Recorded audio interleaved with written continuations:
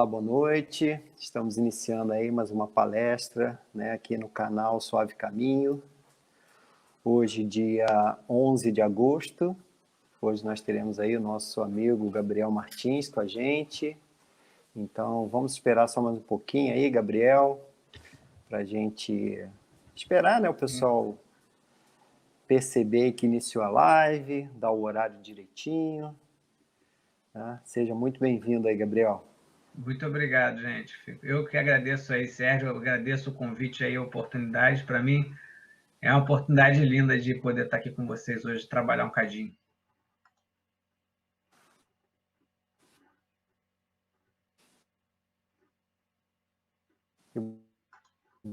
Bom.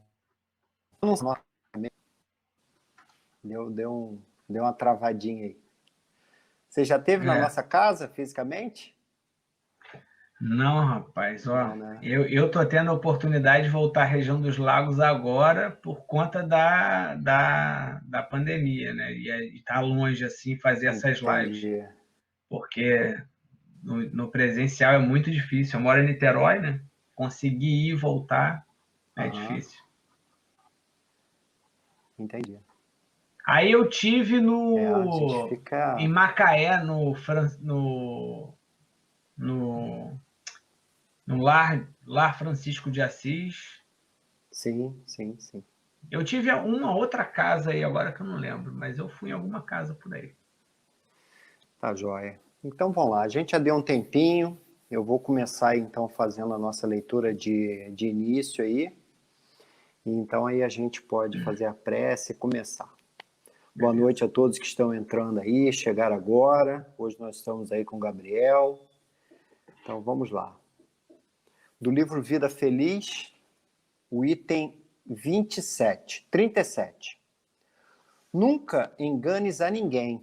A vida é grande cobradora e exímia retribuidora.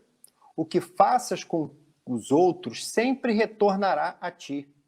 A sementeira sucede à colheita.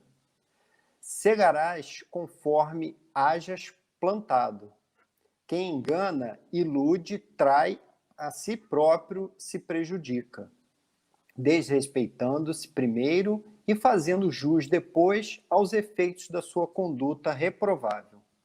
Sê honesto para contigo e, como consequência, para com teu próximo. Então, assim, meus irmãos, a todos que estão conosco nessa noite, amigos encarnados, desencarnados, aos nossos irmãos espirituais, nossos mentores, nossos queridos anjos de guarda, Jesus, nosso Mestre de infinita misericórdia e bondade, Deus, nosso Pai, justo e bondoso, aqui estamos novamente reunidos para realizarmos essa palestra da Suave Caminho.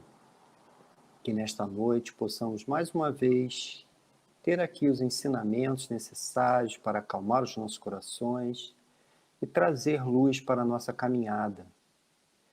Que o nosso irmão Gabriel seja bem intuído e possa ser feliz em sua palestra na noite de hoje. Assim sendo, mestre amado, amigos espirituais, te pedimos para que esteja conosco hoje e sempre, graças a Deus.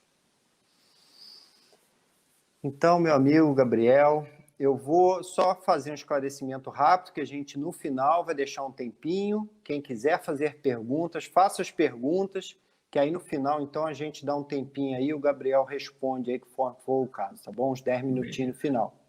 Tá joia? Gabriel, tá contigo. Eu vou ficar só por aqui, escondidinho, observando e apreciando a sua palestra. Beleza, então, Sérgio, obrigado aí. Tá. Então tá. Boa noite, pessoal. Boa noite a todos. Talvez alguns já tenham ouvido essa palestra, né? Sobre o espírita pode falar sobre política. Agradecer aí o pessoal do Suave Caminho pela possibilidade da gente dividir um pouquinho disso daí que a gente tem estudado, né? Agora sim. Fluiu? Agora Tá. foi. Tá, se estiver travando alguma coisa, Sérgio, você pode me dar um toque aqui, se achar que está lento. Tá ótimo, mas Tá vai bem. Então tá bom. Então, assim, eu acho que o primeiro ponto a gente conversar, né, é tentar entender por que falar sobre política, né? Por que entrar dentro desse tema no movimento espírita? Por que a gente conversar sobre isso? E eu acho que essa resposta está dentro de todo mundo, né? A gente vive hoje tempos onde a polarização ela permeou todos os espaços, né? Todos nós, de certa forma, vivenciamos algum tipo de angústia na família, no trabalho, entre amigos, grupos que se separaram, amigos que não se falam mais, né? Porque em determinado momento aquela pessoa se tornou uma contramão dentro das nossas formas de pensar. Então, cabe essa reflexão. Se isso nos angustia, né? E o Espiritismo é o Consolador prometido, onde o Consolador? Se nós estamos com os nossos corações aflitos por essas circunstâncias que se constroem à nossa volta, né? Essas situações políticas que, de todas as formas, né? De todos os lados, elas criam inimizades, desaforos, um clima estranho entre a gente, o que a gente faz? O que o Consolador prometido tem a dizer para a gente nesse sentido? Acho que o primeiro ponto interessante da gente refletir é se o espírita pode falar sobre política, né? E aí, dentro desse conceito, eu não venho aqui como alguém que vai trazer a resposta para isso, estou longe ter esse desejo, mas eu tenho o desejo de iniciar uma conversa que às vezes a gente evita. E se você evita falar sobre algo que te aflige, né, isso vai crescendo dentro de você. Então, a gente precisa abordar esses assuntos para a gente tentar saber como a gente poder ter uma abordagem dentro dessa temática de uma maneira equilibrada, harmoniosa, construtiva e não destrutiva. Porque se você deixa uma erva daninha, se você deixa uma praga consumir a sua planta, né, ela, quando você vai olhar ali, se você vai negar que existe aquela praga, se você vai negar que existe aquilo ali, aquilo ali acaba consumindo como um todo a sua planta. E o objetivo é a gente fazer um caminho onde o esclarecimento ele tem a capacidade de nos consolar e de nos direcionar para aquilo que é melhor. Então, minha intenção aqui é iniciar uma conversa que eu faço votos que ela continue pelas casas espíritas, que a gente continue conversando sobre isso no sentido de construir um conhecimento que nos seja ferramenta útil, boa, e não que nos seja uma negação que nos aflige ainda mais, né? Então, vamos conversar um pouco mais sobre isso. Então, eu trago aqui a minha contribuição daquilo que eu tive a possibilidade de estudar. E aí, tendo uma noção disso, né, eu gostaria de trazer uma frase que eu sempre trago de Paulo, né, que ele vai falar aos filipenses, né, a seguinte frase, né, ele fala assim: e suplico isto em oração, que o vosso amor fraternal cresça cada vez mais no pleno conhecimento e em todo discernimento. Isso ele vai dizer, em algumas traduções, tem que o seu amor cresça cada vez mais em todo conhecimento, em todo entendimento, em todo discernimento. Ou seja, a nossa compreensão de amor, ela precisa ser constantemente revista, porque nós precisamos que o conhecimento alargue essa capacidade e o nosso discernimento também vá aumentando essa capacidade. Não é à toa que quando Kardec vai perguntar aos espíritos o que é moral, por exemplo, os espíritos vão responder que é o discernir entre o bem e o mal. Então, essa capacidade de discernir, ela vai aumentando também com a nossa capacidade de conhecer algo, né? Então, que essa seja a nossa primeira premissa, a necessidade da gente entender que o nosso amor ele precisa conhecer em conhecimento e em discernimento. E a segunda premissa também é entender a frase de Paulo também aos Coríntios, que o amor do Cristo nos constrange. O amor do Cristo nos constrange a um amor cada vez mais depurado. E por isso que Paulo vai entender que esse amor cada vez mais depurado, ele precisa crescer com conhecimento e discernimento. Então, partindo daí, a gente pode tentar entender e abordar esse assunto que muitas vezes a gente não quis entender, talvez, e por isso cresceu como um bicho dentro de nós, que é a política, né? Então, primeiro entender, se o espírita pode falar sobre política, a gente precisa pegar Kardec pela mão para ele ver se ele ajuda a gente, né? E ele vai trazer lá na introdução do Livro dos Espíritos, né? Na primeira parte, a primeira parte da introdução ele vai dedicar a dizer as palavras, colocar as palavras no seu devido lugar. Então, o que é o espírita? O que é o espiritismo? O que é, por exemplo, alma? Pois havia vários entendimentos sobre a palavra alma. Então, Kardec, primeiro, ele faz uma abordagem que todo meio científico precisa fazer, que é estabelecimento de premissas e as definições dos termos que serão desenvolvidos naquela plataforma de conhecimento nova que se estabelece. Então, o que é espiritismo? Bem, o espiritismo é uma doutrina que trata da realidade do mundo espiritual e como esse mundo espiritual se relaciona com a gente. E utiliza para investigar esse mundo espiritual a própria filosofia, a própria ciência, vive as consequências disso, que é uma consequência religiosa, e tem a mediunidade como a sua ferramenta calibradora, a sua lente que permite enxergar esse mundo espiritual, né? E aí, se o espiritismo é isso, o espírita é aquele que é o adepto da doutrina espírita. É aquele que estuda a doutrina espírita e que vive buscar se alimentar desses princípios para ter isso refletido na sua vida, né? Porque aquilo faz sentido para ele. E o centro espírita, né, as casas espíritas, são aqueles espaços onde a gente se reúne para poder estudar o espiritismo, para poder conversar sobre isso e termos apoio nessa construção desse conhecimento, na construção dessa filosofia que nos guia e que nos modela, né? E aí, né, partindo do entendimento que o espírita é isso, a gente precisa entender que o espírita não é só isso, né? O espírita, primeiro, ele não é o espiritismo, né? O espiritismo é uma coisa e o espírita é outra coisa. O espírita, ele pode tentar falar sobre o espiritismo, mas ele não é o espiritismo. O espírita, ele, por exemplo, ele é uma pessoa que está dentro de uma sociedade.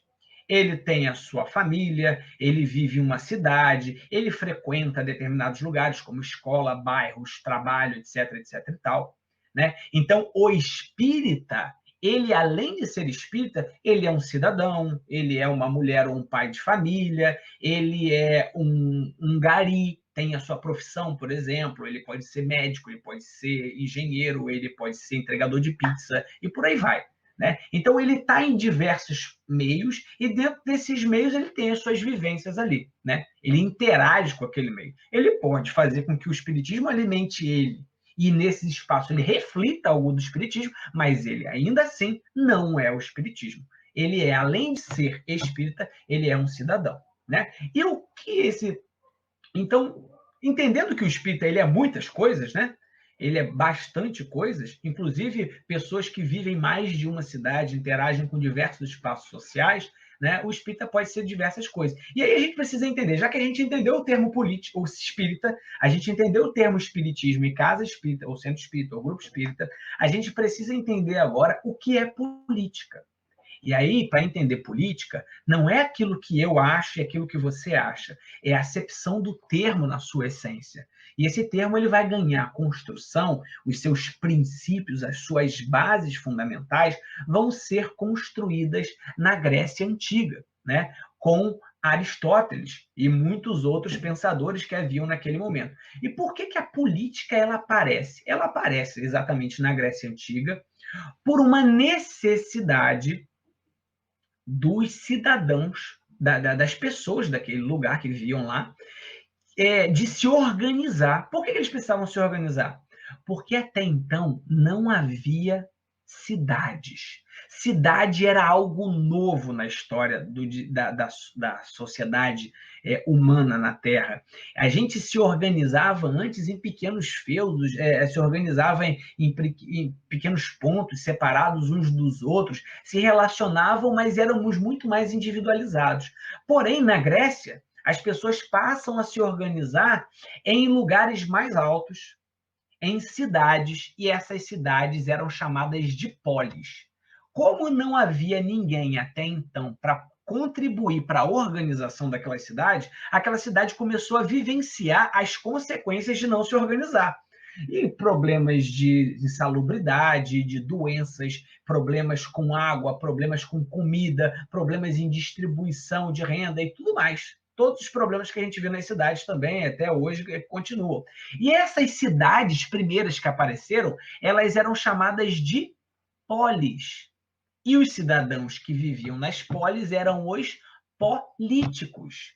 Daí a necessidade dos cidadãos, os políticos, contribuírem para a organização das cidades, da polis. Então, veja que, na essência, o termo político, ele não é uma profissão, ele não é uma vida que a pessoa segue e está vinculada a um partido, etc. e tal. Na verdade, o termo político, ele está associado a todos os cidadãos que vivem na cidade e precisam construir a harmonia social ali vigente. Beleza? E aí, Aristóteles vai usar um termo para definir política. Olha só como é que ele vai falar sobre política. Ele vai dizer que a política era um mecanismo que tinha como fim último, um objetivo final, a felicidade dos homens. Então, veja, a política, ela é um mecanismo que tem por um fim último, um objetivo final, a felicidade dos homens. Então, pensa num mecanismo que você conhece, por exemplo, um carro. Um carro é um mecanismo que a gente conhece, né? Em que a gente pilota, por exemplo. Uma máquina de fliperama, um jogo de videogame, um computador. São mecanismos. E quem controla esses mecanismos? O mecanismo se controla sozinho? Não. Ele precisa de uma inteligência para poder. Inclusive, hoje em dia, se a gente for falar sobre essas inteligências artificiais, elas precisam de uma inteligência que programe ela para ser inteligência. Então, o mecanismo que constrói essa harmonia, que é a política, ela precisa de seres para movimentar essa engrenagem que é a política. E quem são esses seres que movem a engrenagem da política? Somos nós, os cidadãos, os políticos. Então, veja bem, a política, ela tem um reflexo daqueles que movimentam o seu mecanismo. E não adianta a gente pensar que o político hoje, por termos políticos partidários, que temos o profissional político, a gente às vezes atribui a ele o dever de ser aquele que vai trazer ou não a harmonia social. Isso, na acepção original da palavra, é um equívoco, porque todos nós temos as nossas obrigações para com a construção política. E temos termos hoje em dia muito mais atualizados para tentar entender a política, né? De dizer, inclusive, que compreende que a política é a arte de guiar, influenciar o modo de governo pela organização, por exemplo, de um partido político, influência da opinião pública, pela aliciação, pelo convite de eleitores que votem em você ou naquele que você confia, com o fim último, a felicidade dos homens. Então, percebam que a política ela tem a ver com guiar e influenciar. Então, veja bem, quando você está lá na sua casa, né? E de repente estoura um cano da sua rua, e você chega para o seu vizinho para comentar que o cano estourou, que esse canamento é muito antigo, que o problema está ali há muito tempo, isso você já está guiando e influenciando a opinião do seu vizinho sobre como essa organização social que você está estabelecido, seja a sua rua, sua cidade, seu estado, ele está bem ou está mal. Então, uma conversa de muro já é uma ação política. Uma conversa de calçada já é uma ação política. Uma conversa, por exemplo, com os nossos amigos na escola ou no trabalho sobre como os impostos estão altos na pipoca que a gente está comprando no cinema, já é uma conversa política, porque a gente está guiando, influenciando a forma uns dos outros de poder enxergar a organização social. Então, galera, Aristóteles vai soltar para a gente um entendimento disso que vai alargar nossa percepção do que é ser político e estar na política. Ele vai dizer que o homem é um animal político. Por que ele vai dizer que o homem é um animal político? Porque o homem se relaciona uns com os outros. E ao se relacionar uns com os outros, ele se influencia mutuamente. E ele vai refletir sobre coisas mutuamente. E nessa reflexão, a gente está fazendo uma ação, segundo esse conceito não deturpado, ele é uma ação política. E a gente pode ver que isso é desde o nível muito pequenininho até o nível muito grande. Então, o que você faz no pequeno, isso pode influenciar coisas grandes acontecer. Então, por exemplo, aqui no Rio de Janeiro, a gente tinha o profeta Gentileza, que desencarnou, né? E que muitos hoje usam, inclusive, a camisa dele, ou placas dele, gentileza gera gentileza. Ele era um homem só, que andava pelas ruas do Rio de Janeiro, Niterói, São Gonçalo, falando sobre os benefícios da gentileza. Então, percebam só que esse homem hoje, ele influencia, inclusive, a nossa forma de olhar para a gentileza de uma maneira de entendê-la como uma virtude ainda mais necessária. E aí, vamos lá pensar sobre política nesse sentido, né? E entender, por exemplo, se eu chegar aqui para você e falar assim, ama o próximo como a ti mesmo, isso é política? Pensa aí, pensa aí. Isso é política? Tempo. Segundo essa conceituação, isso é política. Ama o próximo como a ti mesmo. Quando Jesus nos fala isso, ele nos inspira a uma vivência onde aquilo que nutre as nossas relações sociais seja amor, seja um fundamento de amor, um fundamento de respeito ao nosso próximo, um fundamento de respeito às nossas diferenças, um fundamento de respeito à sua integridade como pessoa e você respeitar a minha como pessoa. Então, ela é uma ação política. Mas percebe, quando Jesus fala assim, ama ao próximo como a ti mesmo, ele está falando para você construir partido político? Ele está falando para você panfletar na rua? Ele está falando para você fundar uma democracia, uma ditadura? Ele está falando para você fundar um mecanismo feudalístico? Ele está falando para você voltar com a escravidão? Não. Ele está direcionando que o amor relacione isso. Por quê? Ele está muito mais preocupado com a visão divina que é uma sociedade construída com base no amor. Agora, a quem cumpre construir essa sociedade divina? Aos homens. Na nossa vivência disso ou não. Então, Jesus não está falando para a gente sobre que tipo de mecanismos temos que usar. Ele está falando com esse pensamento, ele pode dizer até, inclusive, que alguns mecanismos são retrógrados. E a gente vai ver isso. Porém, ele não está dizendo para a gente quem vai ser as pessoas responsáveis, quem é a pessoa responsável por nos guiar a amar o próximo como a ti mesmo. Ele não está dizendo, colocando isso em uma pessoa ou outra. Por quê? No mundo de expiações e provas, ele sabe que nós somos seres imperfeitos. E esse mundo de amor ao próximo, como a ti mesmo, só vai existir quando nós nos amarmos uns aos outros. Então, ele deu para a gente um alimento da utopia para enxergar um futuro, um dia que o homem ama, que pode amar uns aos outros como a si mesmo. Né? Então, ele está nos inspirando a um pensamento lá na frente. Né? E aí, eu gostaria de convidar vocês a refletir que, por exemplo, um dos mecanismos que a gente utiliza político hoje, e é o mecanismo mais utilizado por todos nós, é a democracia. A democracia, ela é um mecanismo político, mas não é o único. A gente tem, nós já tivemos imperialismo, feudalismo, ditaduras, tivemos várias formas de mover esse mecanismo. Porém, aquele que é mais aceito, que é mais utilizado, aquele que a gente tem ali, a nossa melhor construção como sociedade, ela é o mecanismo democrático.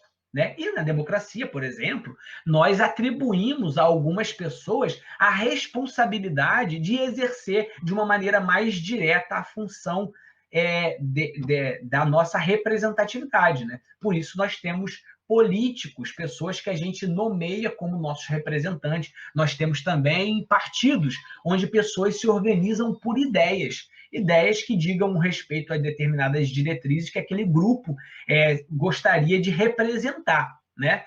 É claro que isso é uma teoria e que na prática nem sempre isso acontece dessa forma.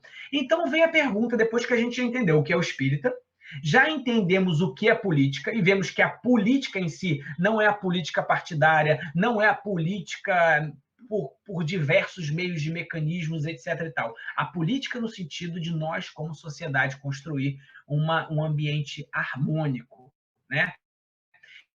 Então, eu gostaria de trazer para vocês aqui algumas reflexões para saber se o espiritismo fala sobre política. Vamos tentar entender? Para saber se o espírita pode falar sobre política. Olha Kardec querendo refletir com os espíritos sobre civilização completa. Isso já é pensar em cidades. Civilização, né? As cidades, ele quer saber a nossa forma de exercer a cidadania para construir uma civilização. Isso já é em si um pensamento político, né? Na resposta, os espíritos fazem uma resposta bem longa, mas eu quero trazer aqui tópicos que Kardec fala sobre o que representaria uma civilização completa. Olha, onde a inteligência se pode desenvolver com maior liberdade. Liberdade de pensar, liberdade de estudar, estudar diversos tópicos. Inclusive, a última obra de Kardec é a Diretriz para a Construção da Biblioteca Espírita, ou algo nesse sentido, onde ele fala assim, ó, o espírita precisa estudar todos os livros que têm a ver com o espiritismo e os livros que são contra o espiritismo, para nós termos liberdade de construir o nosso pensamento crítico. Olha a nossa necessidade de estudar tudo. Onde a vida do homem, suas crenças e opiniões sejam mais respeitadas, onde menos enraizadas se mostram os preconceitos de casta e de nascimento, onde menos parcialidade se exerça a justiça. A gente não pode fazer dois pesos e duas medidas, né? Eu tenho que botar o cinto de segurança e outra pessoa, por ser uma pessoa de um status social muito grande, pode andar sem cinto de segurança,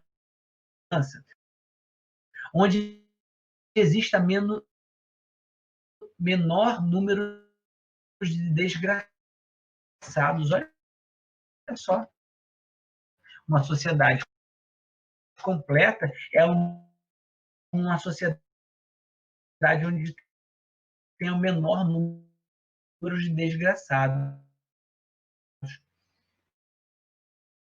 E aí,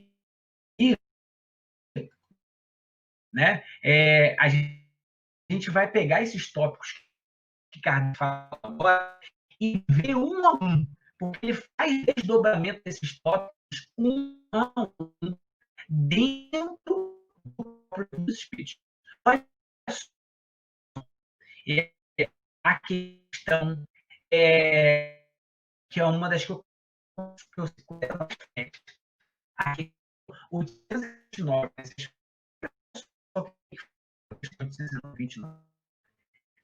sobre escravidão. Até homens estejam por natureza destinados a olha as respostas dos espíritos. É contrária à lei de Deus.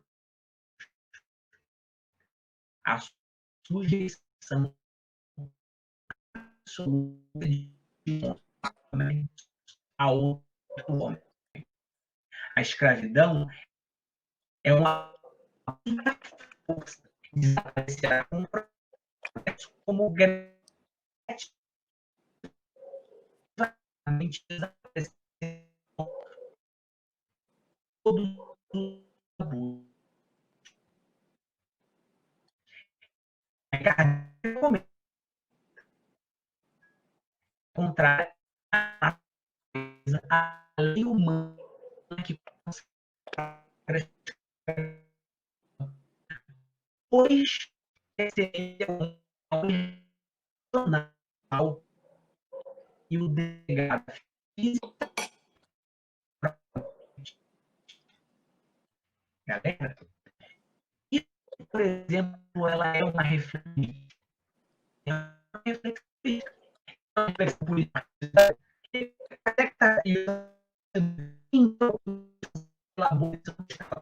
que tem que ser feito sobre o amor. A escravidão não nem todas as variantes ideia de conhecer a proteger trabalhos a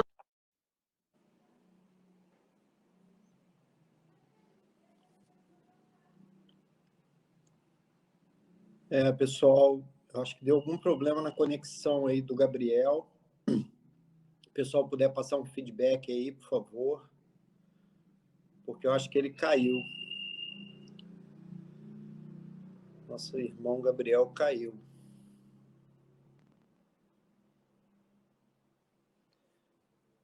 Vamos aguardar um pouquinho aí para ver se ele retorna. Estava travando muito.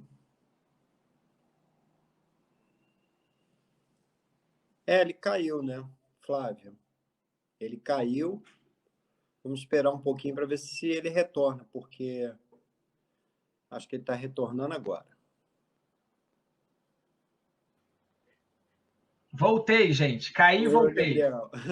Desculpa aí, não sei o que aconteceu. Aonde que eu parei, Sérgio? Eu acabei me perdendo porque começou a travar muito, e aí eu não estava entendendo se era a minha conexão ou a sua. Deve ter sido a minha, rapaz. Eu não sei também, eu não sei. Aqui o Instagram continuou. Mas aí o Facebook, Não tem problema, eu vou fazer o seguinte: vocês viram a parte da escravidão? Viram o tópico da escravidão, né? Sim. Então, beleza. Então, eu vou partir daí. Então, por que esse tópico ele é muito importante, galera? Esse tópico é muito importante exatamente porque quando essa lei, quando o Livro dos Espíritos é publicado, o Brasil, por exemplo, ainda era um país escravocrata. A lei é publicada, o Livro dos Espíritos é publicado em 1857 e o Brasil só vai abolir a escravidão em 1888. Então, existe uma questão que ela criticava países que tinham, por lei, inclusive, a escravidão vigente. Então, percebam que ela é uma ação política e, nesse caso, ela está criticando, uma questão do Livro dos Espíritos, criticando a formatação de mecanismos políticos. Deu para entender? Percebam que é a formatação do mecanismo político que está sendo criticado nesse caso. E aí a gente percebe que o Espiritismo, nesse caso, não só está falando sobre política, mas está falando também sobre uma crítica direta a mecanismos políticos que iam contra a lei de amor. E olha só o que é dito, por exemplo, na questão 813 do Livro dos Espíritos. Há pessoas que, por culpa sua, caem na privação e na miséria. Kardec afirma: há pessoas que, por culpa sua, caem na privação e na miséria. Aí os espíritos vão refletir. Nenhuma responsabilidade caberá disso à sociedade? Olha só, Kardec falou, tem culpa a galera que está na privação e na miséria, ele está afirmando. E aí os espíritos estão perguntando assim, nenhuma responsabilidade caberá aí disso à sociedade? Olha só que resposta frenética, porque os espíritos vão corrigir ainda a pergunta de Kardec. Olha só o que ele fala. Cabe certamente. Sérgio, eu acho que o seu microfone está aberto. Olha a resposta. Cabe certamente. Já dissemos que a sociedade é muitas vezes a principal culpada de semelhante coisa. Olha que legal. Kardec vai falar assim, olha, tem gente que cai na privação, na miséria por culpa sua. Olha os espíritos falando.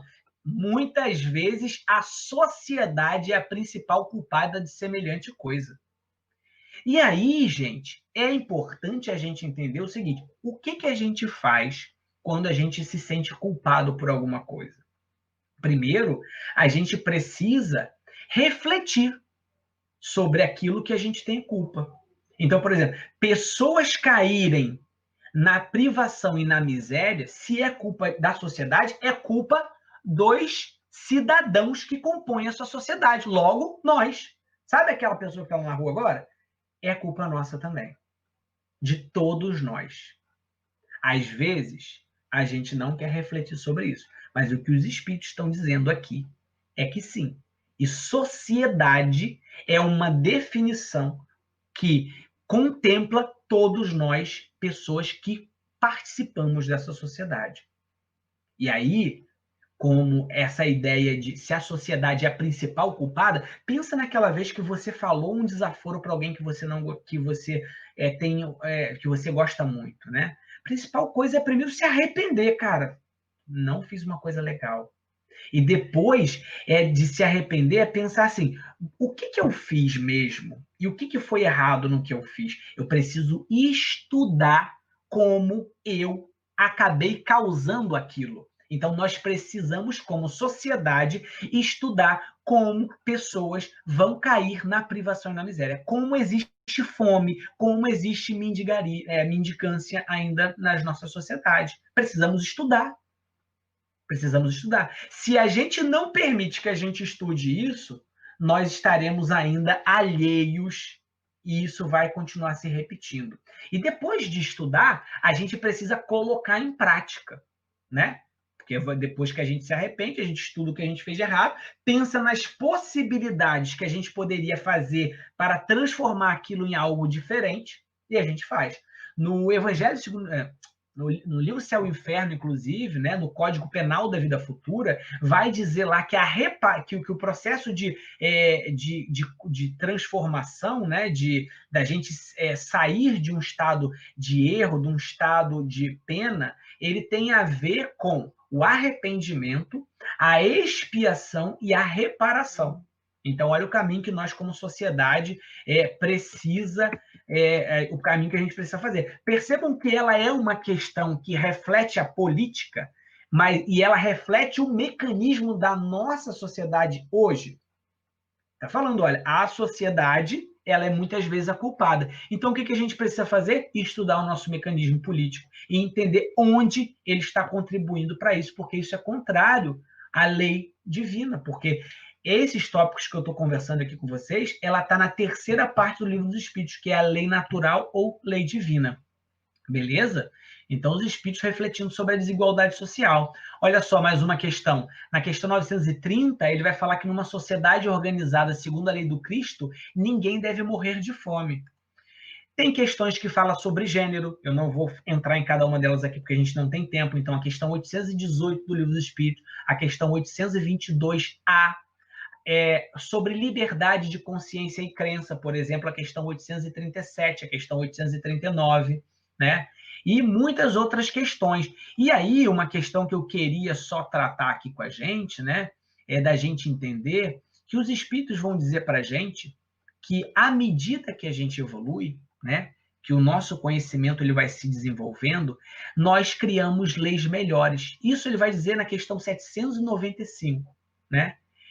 Qual a causa da instabilidade das leis humanas. E aí os espíritos vão dizer exatamente isso, que à medida que a gente se melhora moralmente, a gente tem condições de criar leis melhores. Percebam só. Então, as leis eternas, só as de Deus. Todas as nossas precisam ser transformadas segundo a lei do amor. E a gente precisa, como aqueles que podem ser ou não tocados pelo amor, refletir se essas leis estão condizentes com o amor. Nós precisamos estar atentos a isso. E para estar atento a isso, precisamos estudar, precisamos conversar, precisamos entender um pouco melhor sobre elas, estudar essas leis, né? Como cidadãos. Agora, na casa espírita, ela é o lugar onde a gente vai levar, por exemplo, uma lei para poder ser estudada? A gente vai chegar dentro do palco da casa espírita para poder conversar sobre se o partido A ou o partido B está mais em harmonia com as diretrizes do Cristo ou não? A gente vai chegar dentro da casa espírita e vai refletir se o pronunciamento do presidente da Somália foi melhor do que o presidente da Rússia? É na casa espírita que a gente vai fazer isso? Kardec tem um texto na Revista Espírita de 1862 que vai dizer o seguinte, olha só. Em fevereiro. Afastai cuidadosamente de vossas reuniões tudo quanto disser a respeito à política e questões irritantes. Nesse caso, as discussões não levarão a nada e apenas suscitarão embaraços, enquanto ninguém questionará a moral quando ela for boa. Procurai no Espiritismo aquilo que vos pode melhorar, eis o essencial. Quando os homens forem melhores, as reformas sociais verdadeiramente úteis serão uma consequência natural. Então, percebam aqui que Kardec fala para a gente evitar esses assuntos polêmicos, né? E aí a gente tem agora o momento de entender o que Kardec queria dizer quando ele disse política. Será que ele disse que a gente não pode refletir a sociedade na casa espírita? Se ele falou isso, ele está contrário ao próprio Livro dos Espíritos. Ele não faria isso, porque foi ele, inclusive, que participou da codificação. Kardec sabia que ele escreveu questões políticas dentro, perguntas políticas dentro da codificação. Porém, ele não refletiu sobre que tipo de direcionamento deveria ser aquele garantidor do estabelecimento das leis de amor no planeta. Ele contestava aqueles direcionamentos, como a escravidão, por exemplo, que ia completamente contra a lei de amor. Ele refletia sobre isso. Mas ele não dizia que tipo de mecanismo agora, nesse momento vigente agora, deveria ser aquele responsável por estabelecer uma sociedade harmônica. Por quê? Porque quem está fazendo isso são homens. E como são homens, são pessoas limitadas. E por serem limitados, ele não poderia esperar frutos de amor pleno de homens limitados. Então, o que a gente precisa evitar na casa espírita? Toda aquela parte que entra em embates que causam muita divergência, que causam animosidade. Mas nós precisamos conversar de maneira harmônica, e a gente vai ver sobre isso, sobre questões que são extremamente opostas à lei de amor, como, por exemplo, o racismo, a escravidão, a homofobia. Porque se a gente não tratar disso, a gente permite que essas ervas daninhas se cresçam dentro da nossa própria casa espírita. E ter uma casa espírita onde o racismo reina é contrário à lei de Deus. E isso Kardec vai deixar muito claro na questão 793 do Livro dos Espíritos. Né? Isso quem está falando não sou eu. Então, se dentro de uma casa espírita, por exemplo, nós vemos pessoas que estão querendo discutir sobre qual partido que a gente deva estar vinculado como espíritas, isso é uma coisa que a gente deve descartar das nossas conversas. Porém, se existe um partido que esteja, por exemplo, querendo trazer a escravidão de volta, o espiritismo se posiciona contra isso. Está lá, Livro dos Espíritos, vamos conversar sobre isso. Se existe determinado partido que queira proibir ou criminalizar pessoas de mesmo sexo que convivam umas com as outras de maneira harmônica, sem prejuízo para a sociedade, como os heterossexuais têm a possibilidade de se desenvolver, isso está contrário a uma lei que diz amai ao próximo como a ti mesmo. Não é isso? Então, a gente precisa ter cautela, né? E aí, essa cautela é exatamente o que eu queria conversar com vocês nessa fase final, né? Como o Espiritismo poderia nos ajudar a participar de uma maneira harmônica na política, né? O primeiro passo que eu gostaria de conversar com vocês, né, é a questão 642 do Livro dos Espíritos, que vai falar o seguinte: para agradar a Deus e assegurar a sua posição futura, bastará que o homem não pratique o mal? Bastará que eu fique assim, eu não pratico o mal, eu vou ficar na minha, eu não quero me envolver com política, eu não quero me envolver com essas coisas, bastará que eu faça isso? que eu não pratique, bastará que eu não me envolva com corrupção, por exemplo? Bastará que eu faça isso, não me envolver com corrupção? Olha só o que os espíritos falam. Não. Cumpre-lhe fazer o bem no limite da sua força, porquanto responderá por todo o mal que haja resultado de não haver praticado o bem.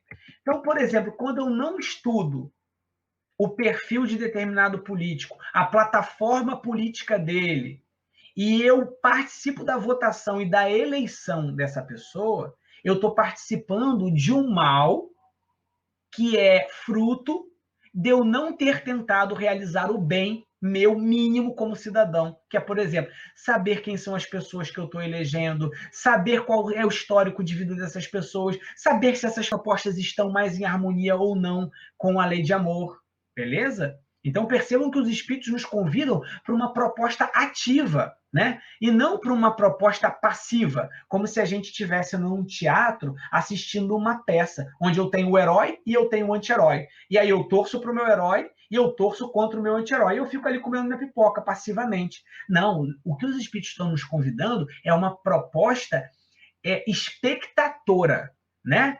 Onde eu saio do palco, saio da minha posição de espectador e me transformo num espectador.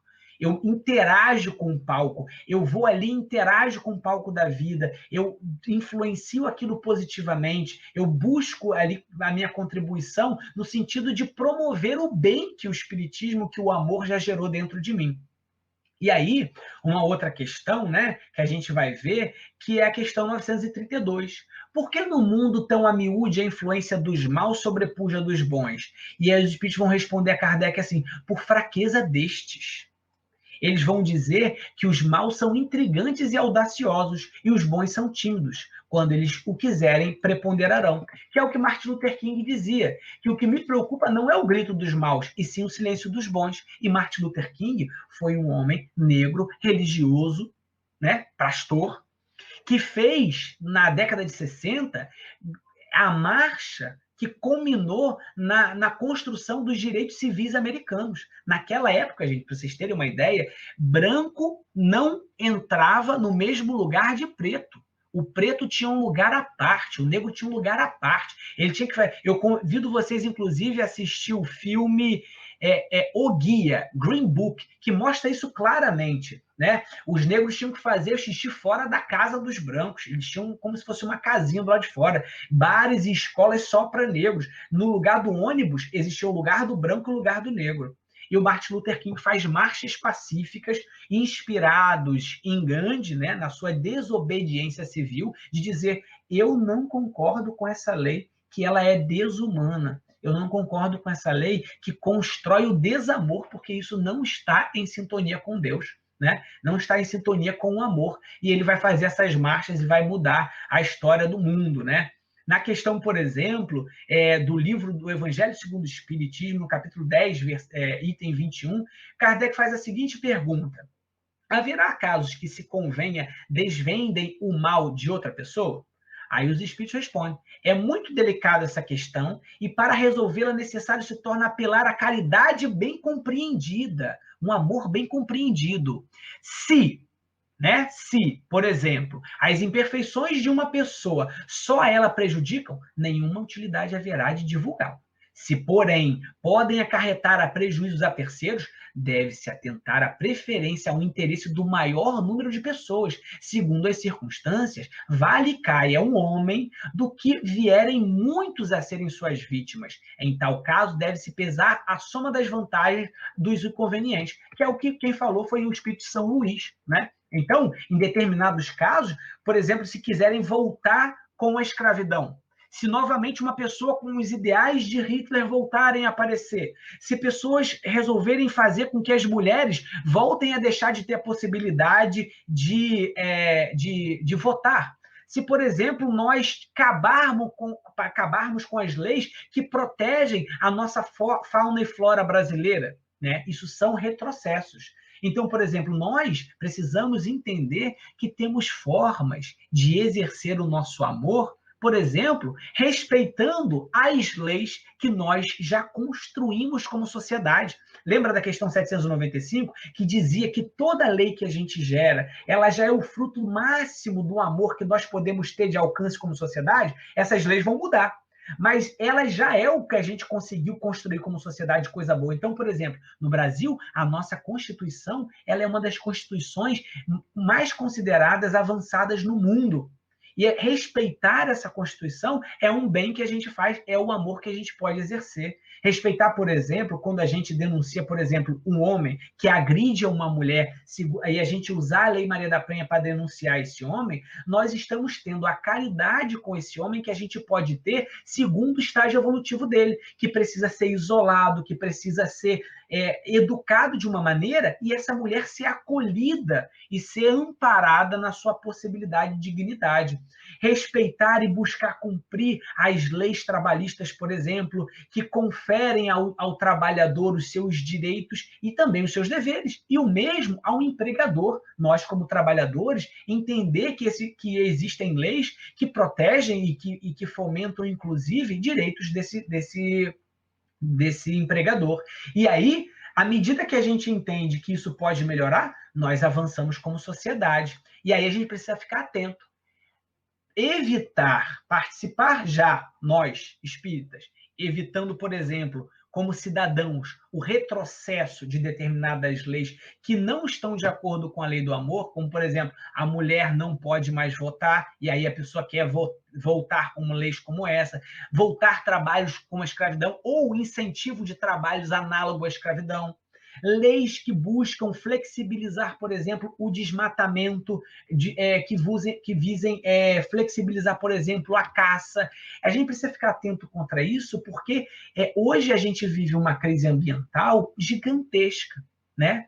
A ciência já nos diz que vivemos um aquecimento global. Hoje o Pantanal passa pela maior queima da história, né? Fruto de um aquecimento global também, porque a seca que eles estão passando ultimamente é uma das maiores da história. Então a gente precisa, por exemplo, avançar com outras leis, entendendo que elas podem ser melhores, como, por exemplo, leis de proteção ambiental, né? O nosso companheiro André Trigueiro fala tão bem sobre isso. E aí, antes da gente abrir para as perguntas, né? Eu queria deixar para vocês aqui uma mensagem do Espírito Emmanuel, né? Antes disso, citar um caso que a gente tem em Araruama, né? Nós temos lá uma atividade chamada Acenda Cultura e Arte, e a gente intitula, né, os trabalhadores que fazem parte do Acenda, que compõem, ele é um evento que ele é um evento do 26º seu, né? Eu sou um dos coordenadores desse evento, e lá a gente tem o Acenda Cultura e Arte, é um evento de arte que a gente leva gratuitamente à população, oferecendo oficinas gratuitas e que sem um cunho religioso, respeitando as crenças de cada um, entendendo que a arte tem um papel na transformação moral do ser, e aí a gente chama o Acenda, por exemplo, de uma ação social de sensibilização dos corações para o belo e para o bem. É como se fosse uma campanha do quilo do coração, uma campanha do quilo de amor. E aí, isso daí é uma das ações políticas que nós fazemos na cidade de Araruama, por exemplo. Mas não é, por exemplo, política partidária, não estamos refletindo sobre mecanismos políticos, mas ela é uma ação política, como bem vimos aqui hoje, né? E aí, para finalizar, eu queria deixar para vocês, já chamando meu amigo Sérgio de volta, uma mensagem do Livro da Esperança, capítulo 27, onde Emmanuel vai dizer: pense no bem e faze o bem. Contudo, é preciso recordar que o bem exigido pela força da violência gera males inúmeros em torno e desaparece da área luminosa do bem para converter-se no mal maior. Então a gente precisa saber sempre se o bem que a gente deseja, ele é um bem realmente que está fazendo bem às outras pessoas. Porque às vezes a gente pode estar fazendo algo que a gente considera bem, mas pode gerar um mal maior. Muito obrigado. E estou aberto aí às perguntas. É isso aí. Por enquanto não apareceu nenhuma pergunta, né? As pessoas não fizeram nenhuma pergunta, fizeram alguns comentários aí, como, por exemplo, o Edson fez um comentário aí, ó. Esse livro é do próprio Leon Denis. Leon Denis, ele era um filósofo por natureza, né? E se permitia, né, Edson, refletir a sociedade, né? Então, o socialismo, ele é uma proposta de organização social, né? Se a gente demonizar, por exemplo, o socialismo e não refletir sobre ele, nós não estamos em sintonia com Kardec, que vai falar sobre a nossa necessidade de analisar antes de julgar. É isso que Kardec vai falar, por exemplo, no que é o Espiritismo, né, quando ele está falando ali com o crítico, quando ele está falando com o cético e com o padre. Antes de criticar o Espiritismo, é necessário a gente estudar. Então, a gente precisa, antes de criticar o socialismo, estudá-lo. Antes de criticar o comunismo, estudá-lo. Antes de criticar o capitalismo, estudá-lo. Isso é importante, né? Porque se a gente só criticar sem ter conhecimento, só por uma questão de preconceito, né? A gente tem que estudar para poder ter a nossa opinião. Exato. Né? Tem uma outra aí, Gabriel, não seria o caso de abordarmos assuntos como trabalho escravo, discriminação, homofobia em nossos estudos na Casa Espírita? Com toda certeza. Com toda certeza. A nossa amiga Rosália Romão, ela tem um trabalho que ela tem falado nas casas espíritas sobre o racismo, né? E como isso é... Inclusive, eu gostaria de indicar para vocês, nós fazemos parte de um podcast chamado Lente Espírita. Basta digitar no Google, por exemplo, Lente Espírita. Nós temos 2 episódios falando com colegas militantes da causa preta sobre o racismo e o racismo presente na Casa Espírita, e eles vão discutir de uma maneira bem aberta com isso, e trazendo muito esclarecimento para a gente, muito conhecimento sobre como nós temos, por exemplo, dentro das nossas casas espíritas, racismo. E se nós temos dentro da nossa casa espírita racismo, é autoconhecimento negar? Não. O autoconhecimento, ele precisa olhar para o problema, abordar o problema, falar mais sobre aquele problema para saber onde ele está. Vamos supor que, por exemplo, eu não vá estudar racismo, né? E aí eu vou simplesmente dizer, eu não sou racista. E se hoje as reflexões que me movem a compreender o racismo me revelam racismo onde eu jamais imaginei ver? Então, por exemplo, nesse capítulo do podcast, Sérgio, por exemplo, que eu participo lá, os meninos fizeram, e as meninas fizeram reflexões que no final eu falei assim, gente, o racismo está em mim também.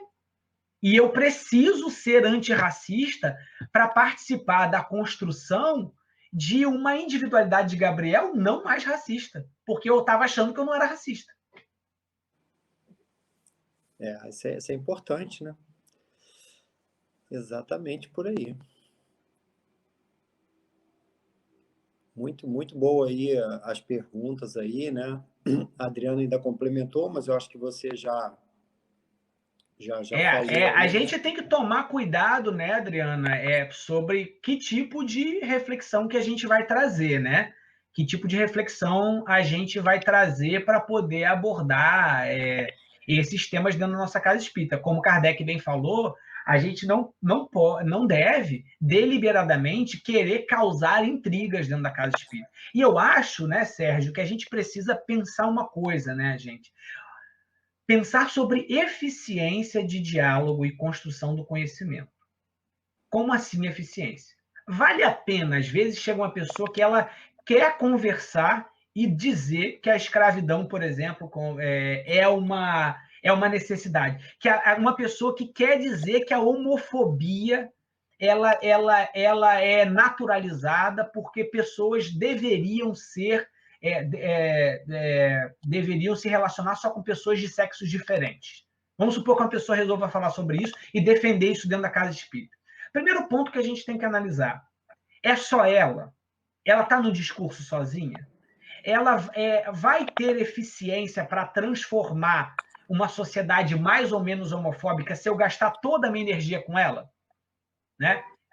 será que essa é uma reflexão que está permeando a nossa casa espírita como um todo? E aí a gente pode levar os conselhos superiores, por exemplo, a gente tem o CERJ, a gente tem a FEB, né, que poderiam apoiar essas discussões. Mas, às vezes, são discussões pontuais de pessoas que querem simplesmente causar intriga. Não gastemos a nossa energia, gente. A não ser que essa pessoa queira levar, por exemplo, adiante isso, difundindo dentro da casa espírita de uma maneira muito clara, e aí a gente tem os órgãos competentes que podem nos apoiar e refletir sobre isso. O CERJ tem diretrizes maravilhosas para nos ajudar nesse direcionamento dentro das nossas casas. Isso aí, meu amigo. Muito bom. Te agradeço aí. A gente está chegando aí no tempo aí. Eu que agradeço. Aí Eu que pelo seu agradeço a tempo. oportunidade aí, Sérgio, a oportunidade aí do pessoal do Suave Caminho, da Geisa também que falou com a gente, dos colegas mais que falaram também, ao pessoal do Instagram que esteve aí com a gente também, me colocar à disposição, caso vocês queiram continuar essa conversa. Eu tenho a intenção de continuar essa conversa, porque, como eu falei no início, o conhecimento não está formado, né? É uma coisa que a gente precisa abordar mais para poder tentar construir isso juntos, né? A tia Darlene entrou agora ali no Instagram, só falo com ela porque eu choro. É isso aí. É uma coisa bastante importante que você falou, né? A gente precisa aprimorar o nosso conhecimento, né? Para a gente realmente ter esse conhecimento mais apurado, né? Uma coisa que... Mas, para isso, a gente precisa estudar. A gente vai conseguir. Isso aí. Então, fala de novo aí sobre o podcast aí, por favor, para todo mundo aí. Beleza, obrigado aí pela possibilidade de divulgação. Então, a gente tem 2 trabalhos aí nas mídias sociais, se vocês quiserem conhecer. Um é o podcast Lente Espírita. Vocês podem encontrar... O podcast é uma plataforma como se fosse uma rádio, sabe, Sérgio? Que a gente grava, ele fica no ar, e aí vocês podem acessar a hora que vocês quiserem, baixar, escutar offline, inclusive. Então, se você tiver dificuldade e não conhece podcast, basta jogar no Google assim, Lente Espírita, e aí você vai ver lá as plataformas que vocês podem ouvir, né? Quem tem Spotify, quem tem Apple Podcast, Google Podcast, a gente está nas principais plataformas de podcast. E a outra plataforma também que a gente participa de um trabalho é com a Rádio Rio de Janeiro, né? No canal do YouTube da Rádio Rio de Janeiro, o programa Se Liga Espírito. Então é só acessar o canal do YouTube Rádio Rio de Janeiro e lá dentro da plataforma dos canais do YouTube da Rádio Rio de Janeiro procurar o Se Liga Espírito. Aí lá nós temos alguns episódios, episódios, inclusive, que pode ser muito de ferramenta para os evangelizadores quiserem abordar a construção do espiritismo histórico e outras reflexões sobre lei divina, lei de amor, etc. Muito Obrigado bom. aí pela possibilidade de dividir isso. Um abraço para a galera. Nossa, muito bom. Tudo que é bom, sim, a gente precisa dividir mesmo, Gabriel. A gente precisa divulgar, né? Coisas boas têm que ser divulgadas, né? A gente tem que promover mais isso, né? Porque senão a gente fica envolvido nessas más notícias, coisas, né? Não que a gente não deva saber, mas a gente precisa se cercar um pouquinho mais de boas coisas, né? Melhores informações. E esses podcasts são muito bons. Isso aí. Eu adoro. A gente começou, na verdade, porque eu acho que essa plataforma ela veio para ficar em termos de construção de conhecimento, né? E a gente tem ali, tá tendo a oportunidade de conversar com uma galera muito interessante. Inclusive, o nosso último episódio foi com o escritor espírita Adelson Salles, que ele falou qual é sobre a sua... Foi um especial Dia dos Pais, e ele falando sobre a sua perspectiva de pai de uma filha transexual, né? Uhum. E aí ele falando como é que foi essa descoberta e como foi a redescoberta dele como pai. Legal, legal. Muito bom. Provavelmente você deve encontrar a Isaura lá na Rádio Rio de Janeiro. Tem uma galera lá. Aí que vem um lance, né? Na Rádio Rio de Janeiro é muito difícil encontrar o pessoal todo, porque eu vou gravar 7h30 da manhã. Antes de ir para o trabalho. Às vezes, não, eu gravo 7 antes de ir para o trabalho. Então, quando eu chego na Rádio Rio de Janeiro, eu vejo só algumas pessoas, o Eduardo, o seu Marcílio, o Thiago Brito, meu amigo que está lá também. Legal, legal. É antes do trabalho e antes da filha acordar, né? Rapaz, Aqui a gente vai trabalhando do jeito que pode. É isso aí. Então, gente, agradecemos aí mais uma vez, Gabriel, pelos seus estudos, você ter trazido as suas reflexões, tá? Todos que estiveram conosco aí nessa noite, participando no YouTube, agora nós estamos aí também no Facebook. Não se esqueçam de inscrever aí também no nosso canal, né, do YouTube, curtir a nossa página no Facebook, né, da Suave Caminho, tá? E queria dizer também, né, para todos aí, né, que a palestra foi preparada aí pelo Gabriel, né? Assim como todos os palestrantes que vêm trazer as suas reflexões aqui, se alguém que estiver escutando a gente aqui tiver em divergência com aquilo que foi falado aqui, procure se aprofundar mais no estudo, procure outras informações, né? Porque todos os palestrantes que vêm aqui trazer as suas reflexões são seres humanos como todos nós, né? E pode se equivocar em algum momento, né? Ou podem ter uma outra opinião, mas que a gente, né, consiga, né, numa democracia, né, ter sempre, né, porque a doutrina espírita é sempre baseada nos 3 pilares, né, da religião, filosofia e ciência, que a gente sempre busque, né, o conhecimento e, na dúvida, a gente busque mais conhecimento, né? Por isso Então, exatamente, Sérgio, que a gente tenta exatamente trazer, eu me ativo essencialmente ao livro dos Espíritos e as construções dos conceitos fundamentais que a gente tem, né, para a gente refletir de uma maneira aberta. E assim, com mais uma vez, né, não é algo que está pronto. Nós precisamos conversar sobre isso, precisamos construir esse conhecimento de uma maneira sólida, consciente, amigável, afetiva, harmoniosa. exatamente. Nós todos estamos em construção, né? Isso aí. Daí, evolução constante. Então, os outros recados aí também, né, que a gente tem, né, a Suave Caminho, ela presta aí o trabalho de atendimento fraterno também, se alguém estiver precisando, né, fiquem atentos aí nas nossas páginas aí, que tem as informações sobre o telefone do atendimento fraterno.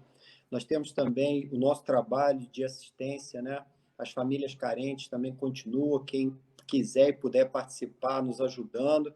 Nós temos coletas de alimentos, roupas, então, também fiquem atentos aí nas divulgações aí da página, do Facebook, também no Instagram, tá bom? E assim a gente vai terminando por aqui. Eu te agradeço a todos aí pela participação.